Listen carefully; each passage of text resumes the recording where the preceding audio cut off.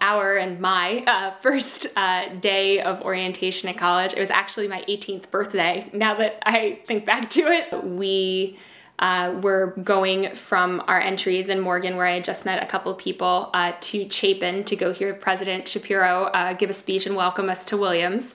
And I remember when we came out, I kind of looked across at the other entry, and there's some folks there, and started to talk to the people who were in Morgan Midwest, and met a very tall, very skinny, lanky kid who introduced himself. We all went over to Chapin Hall, where Morty, President Shapiro, gave us the grand welcoming to Williams, and told us everything about college and Williams, what to expect. And he, I remember in the speech, talked about the lifelong friendships that you would form at Williams, and he also made some allusion to the fact that a lot of Williams people end up marrying each other, which I thought was pretty hilarious. The last thing we're thinking about was ever getting married, because we're thinking, that's for old people. And during that speech, again, though, he did allude to the Williams community and the purple bubble and how you can never really get out of it. And I remember thinking to myself, well, these seem like a great group of people, and I'd really love to have them as friends for the rest of my life, even though I've only known them for about 20 minutes at this point. Everyone was so excited that, remember that night, we were sitting in our common room, hanging out with all our entry mates and just talking,